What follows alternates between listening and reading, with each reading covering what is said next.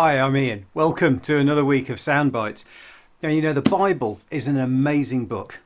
Some parts of it have great wisdom in the form of proverbs or sayings.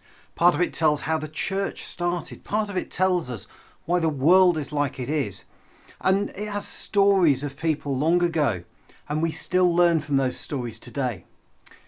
Several thousand years ago, God spoke only to a certain few people. I'll have to tell you another time about how that changed when Jesus came, and now God can talk to anyone who will listen. Anyway, back then there were only a few, and these people were known as prophets. They would often receive messages from God about how things were going to be in the future, and it wasn't always good news. Now, God had chosen the nation of Israel, but they didn't always listen to God or do what God wanted. So sometimes they found the messages from the prophets were somewhat unwelcome. At one time, there was a prophet, his name was Elijah, and he had a message from God. Now, the king and the people of Israel had started worshipping a false god, the one called Baal. This happened because the king had married a foreign queen who worshipped Baal herself and turned the king and the people away from the true God of their ancestors. Baal was a god, an idol made by people. Many years before the people had been given the 10 Commandments from God. That's in another soundbite. Check it out if you missed it. But one of those commandments was don't worship any god but me. Anyway, the message that God gave to Elijah was that it was going to stop raining. There was going to be a drought until the people listened and changed their ways. Sure enough, it stopped raining. Nobody really worried to start with, but as time went on and the drought got deeper and deeper, people got more and more concerned, and eventually, over 3 years later, they were desperate. And Elijah laid down a challenge from God.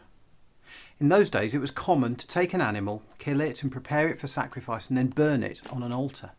Now, Baal at that point had around 450 prophets or priests or people who led the people in worship. And Elijah called them and the king and many other people to a mountain where God used to have an altar. That altar had been torn down and replaced with one to Baal. The challenge was really simple. Set up an animal sacrifice, but don't set fire to it. Instead, pray to your God and let the true God send fire miraculously down to burn the sacrifice. So Baal's prophets prepared their sacrifice and spent all day dancing, shouting, praying, doing anything they could think of to try and convince a lifeless idol to set fire to the sacrifice. By evening, nothing had happened, and it was Elijah's turn. On his own, he rebuilt the altar to God. He prepared his sacrifice and then found water from somewhere and soaked the whole thing with water, even filling a ditch around the altar with water. And then he began to pray.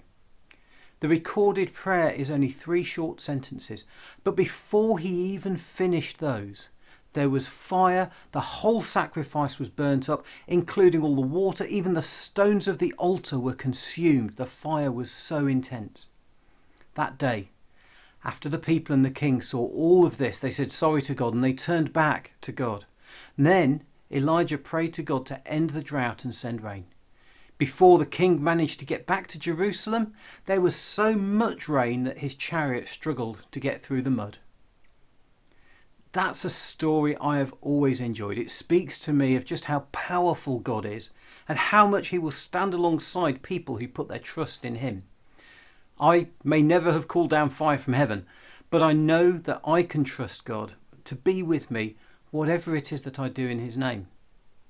If you'd like to read that story for yourself, it can be found here in the Bible. It's in the book of 1 Kings, chapters 17 and 18. There are some great online Bibles you can use to read. BibleGateway.com is a great starting point. If you live on our estate and don't have a Bible yourself, get in touch with us and we can let you have one for free.